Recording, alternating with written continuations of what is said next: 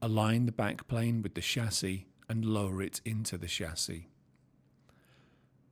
Push the backplane to a vertical position to ensure that the 4 hooks on the chassis pass through the corresponding holes in the backplane.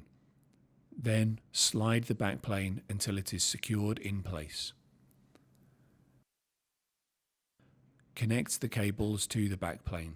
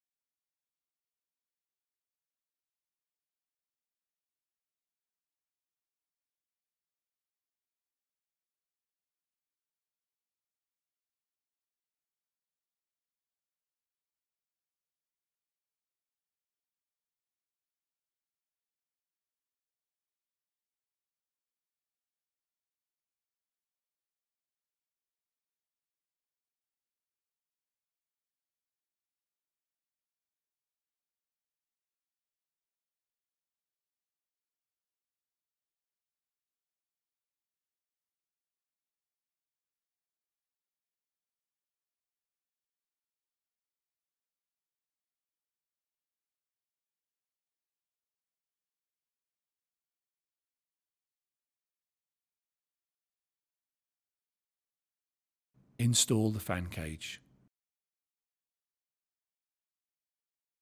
Install the top cover.